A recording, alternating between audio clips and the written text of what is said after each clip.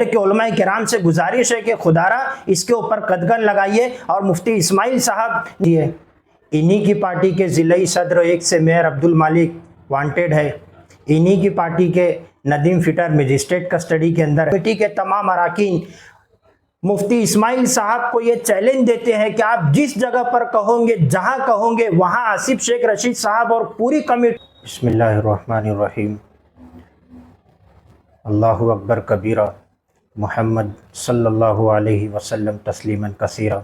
अम्मा बाद, हम जानते हैं असम्बली इलेक्शन मालेगांव शहर महाराष्ट्र भर में हुआ।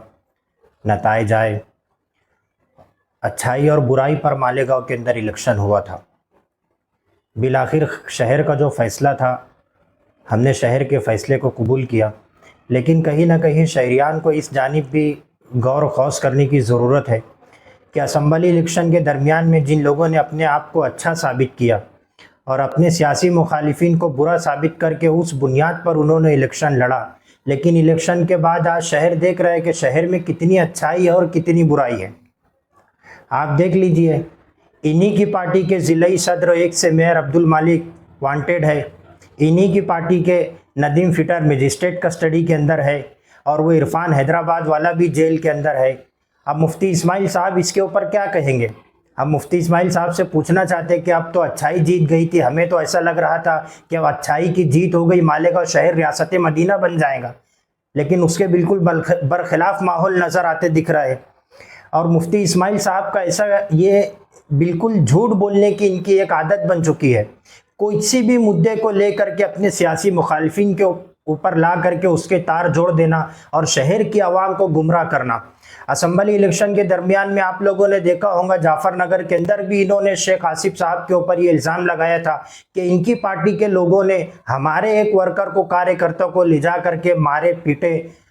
बाद में जब वो तहकीक हुई तो दूध का दूध और पानी का पानी हुआ कि इम्तियाज़ हरिया ने खुद बोला था ये बात कि मेरा किसी सियासी पार्टी से कोई ताल्लुक़ नहीं है और वो मेरा अपना ज़ाती मसला था।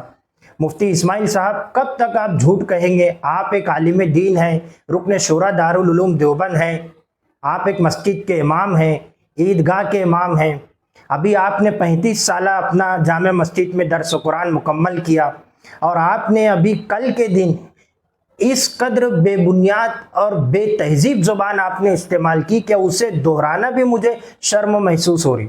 आपने ये कहा एसआईटी की टीम मालेगांव के अंदर आई, किरीट सुमैया मालेगांव के अंदर दौरा कर रहा, minority defence committee Asif Shaikh Rashid और मुस्तकीम डिग्निटी साहब ने मिल करके बनाए।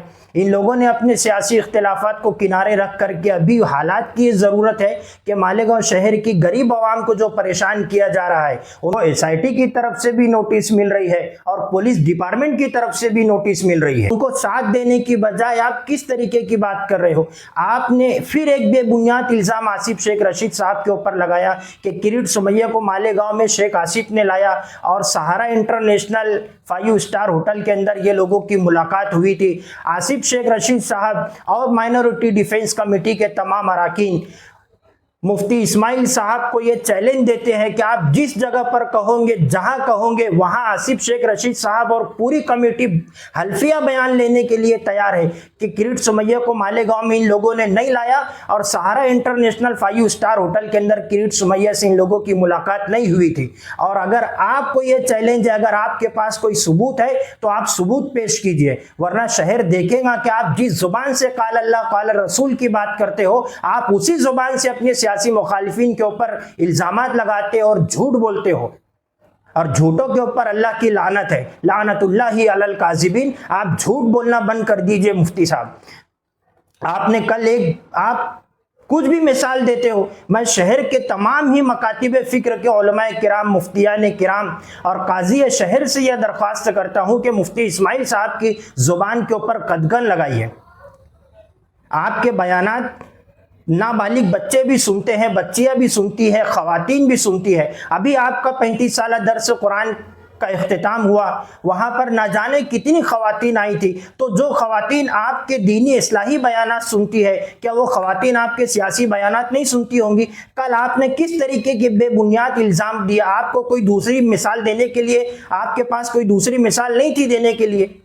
आपने कल कहा कि क्या बीवी के पास टीचरों से पूछ करके जाएंगे क्या, और बीवी के पास चले गए तो पता नहीं कि उसी मुलाकात से हमल ठहर जाएगा।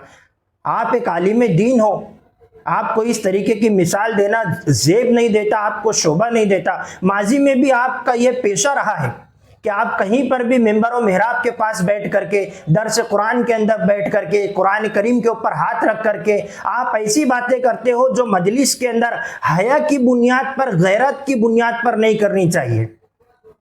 तो आप शहर के उलमाए किराम से गुजारिश है कि खुदारा इसके ऊपर कदगन लगाइए। और मुफ्ती इस्माइल साहब ने अच्छाई और बुराई पर जो इलेक्शन जीता है, आज शहर के अंदर एक दूसरी मिसाल आप ये भी देख लीजिए, रोजाना व्हाट्सएप के ऊपर कहीं ना कहीं से ये रिपोर्ट आती है कि उसको कटर मार दिए, नशा करके, गांजा पीकर, कुत्ता गोली खाकर उसका पैसा छीन लिए। तो ये सब तो अच्छाई और बुराई पर इलेक्शन हुआ था, लेकिन ये तो और मामला बिगड़ते चले जा रहा है। तो आप अपनी जिम्मेदारी पूरी कीजिए। आप ये मत समझिए कि अभी कुछ काम करने से कुछ नहीं होगा। कारपोरेशन इलेक्शन तो ईद बाद है, ईद के दुगाने से पहले ईदगाह के मेंबर से जो बयान करेंगे, वहां से फिर अपन शानदार कारपोरेशन इलेक्शन का बिगुल बजाएंगे।